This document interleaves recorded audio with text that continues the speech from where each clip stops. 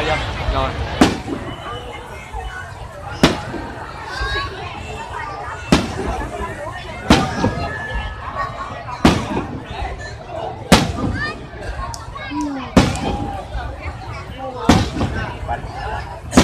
Bụp bụp.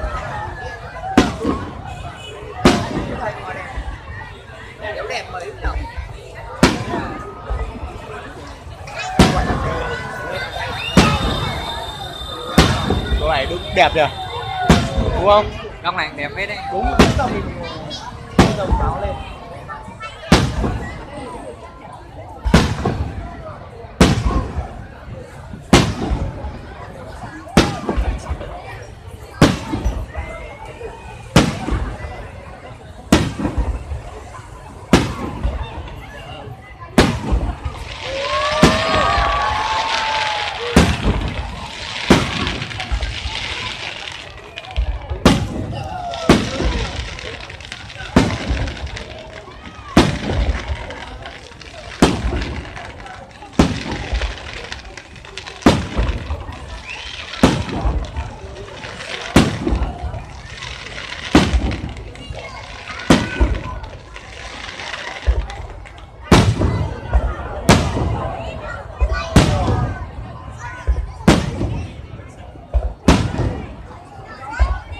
Mấy con này xấu nhỉ? Không phải mình không đúng hướng của mình, không nhìn đấy. Nó là pháo hoa hình ngôi sao nhưng không đúng hướng của mình không nhìn đấy. Nhưng không phải xấu. Ui, thật rồi. Đẹp nhỉ? Ui, quả này là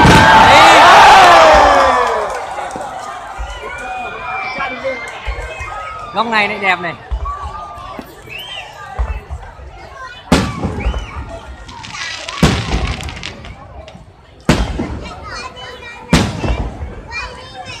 Này ở gươm thì mới là đẹp. ui. Đấy. Đấy.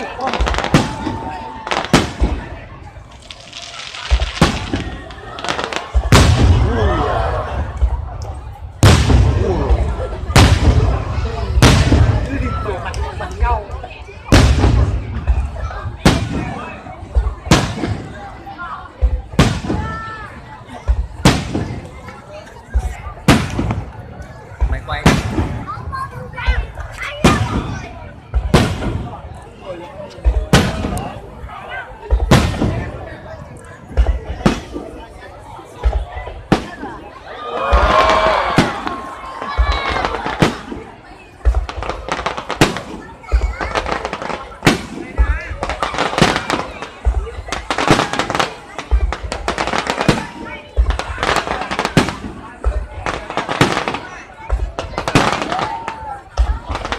Ui.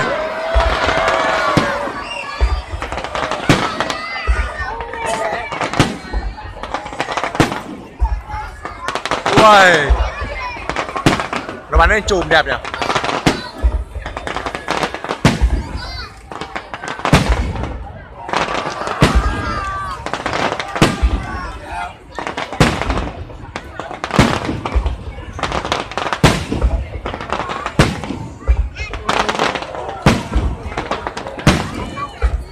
Bùm. Ui, đẹp đi.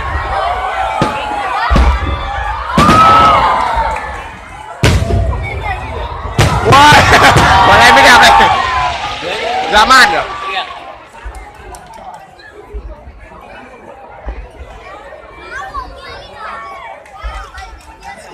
Có mấy quả xịt à? Không phải xịt đâu. Mấy quả xịt.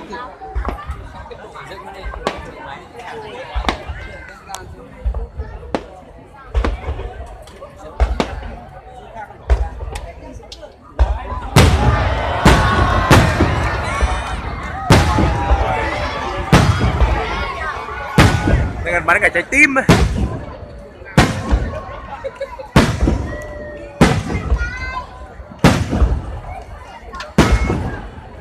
Góc này lại đẹp nhỉ?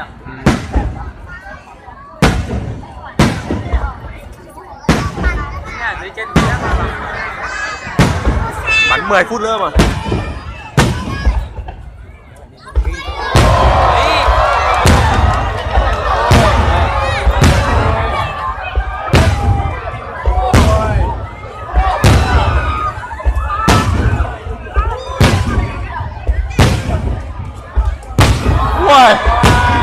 Đập cả vào mắt.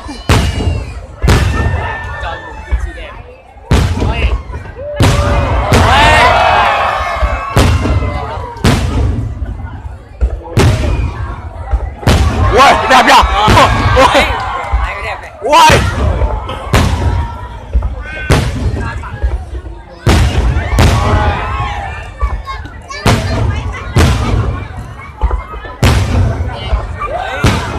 Quả không đẹp bằng mấy cái bông hoa ấy.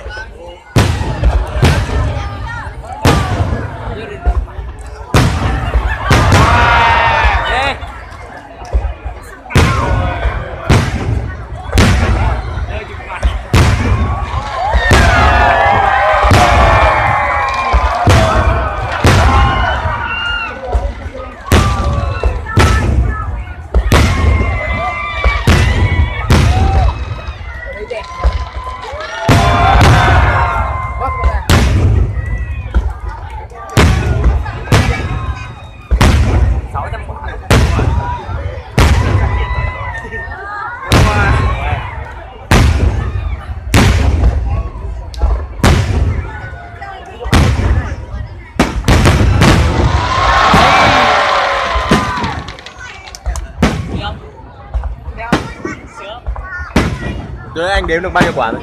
Chịu, Khánh đếm.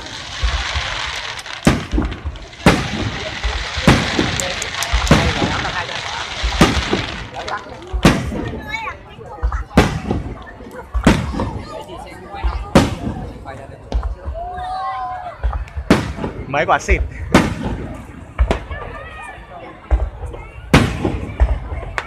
Rồi.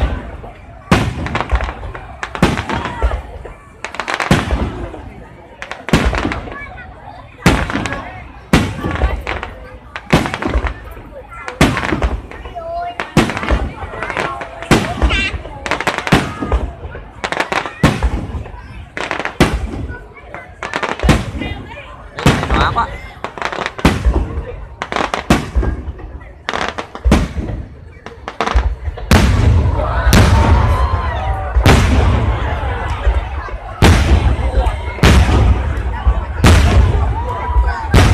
Kêu Nghe đanh nhỉ.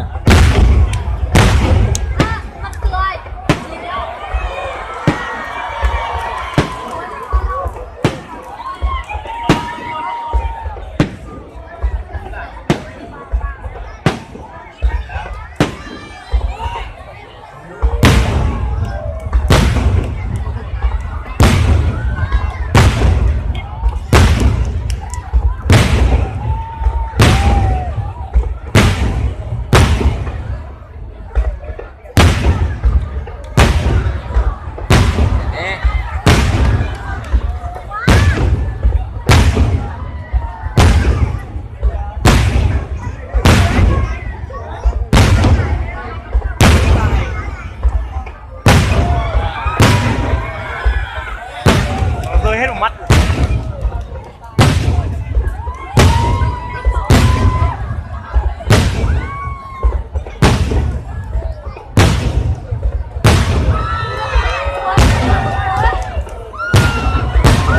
Hình như nó rơi đến đây rồi. Ui, rơi đến đây sao ấy?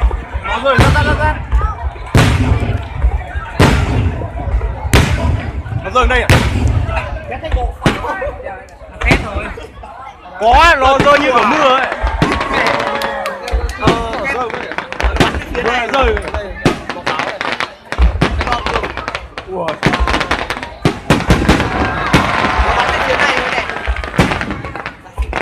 Bắt đúng hướng rồi còn gì nữa.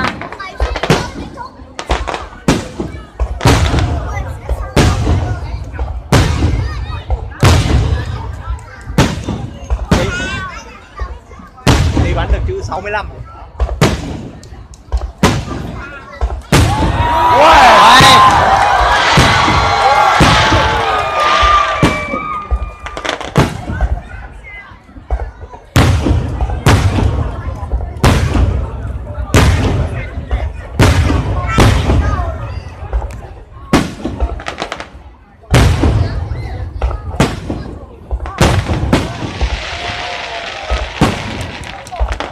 Quả này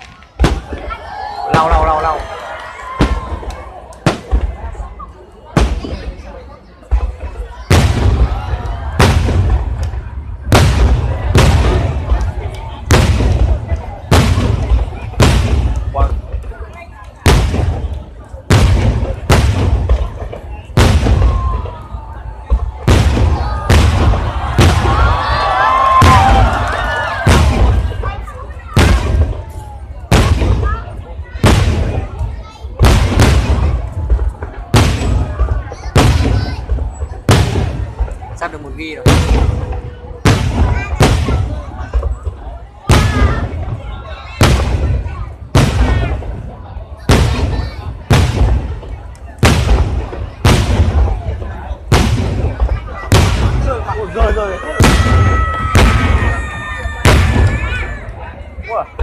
Đâu rồi. Đâu.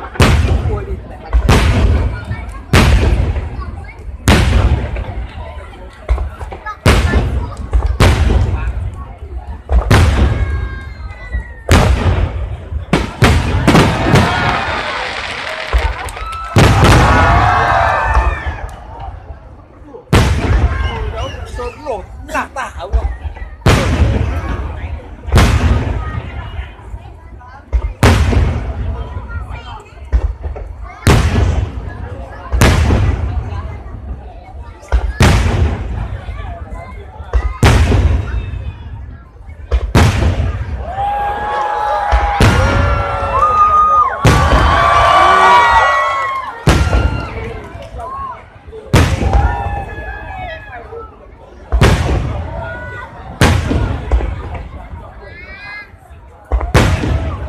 Chả thấy quả, không thấy quả trước thịt à.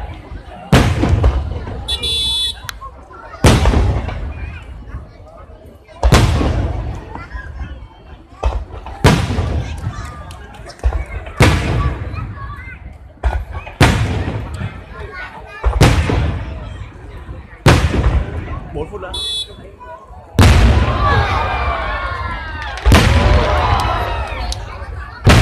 Hơn 1 ghi rồi đấy. Đi mày có áp được lên không? Thoải mái. Bắn này. Wifi này.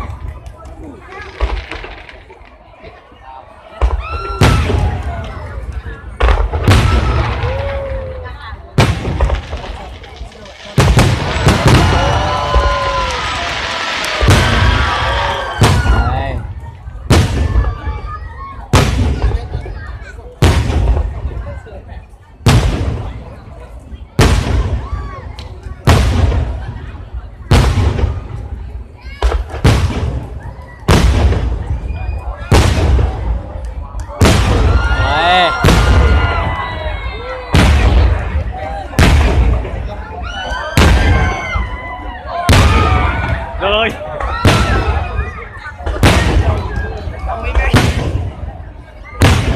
Ngừng mặt lên rồi, phát mặt.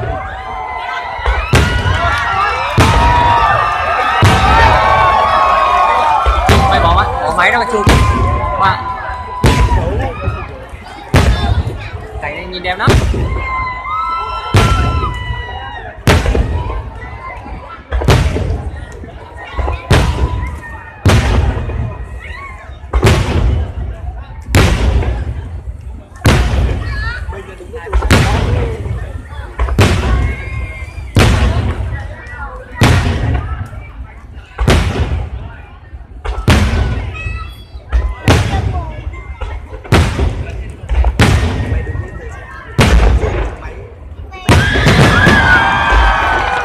Kết thúc của là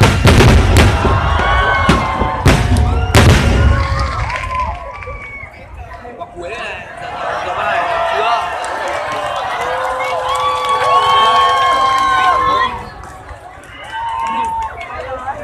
Hết rồi đâu? Hết rồi.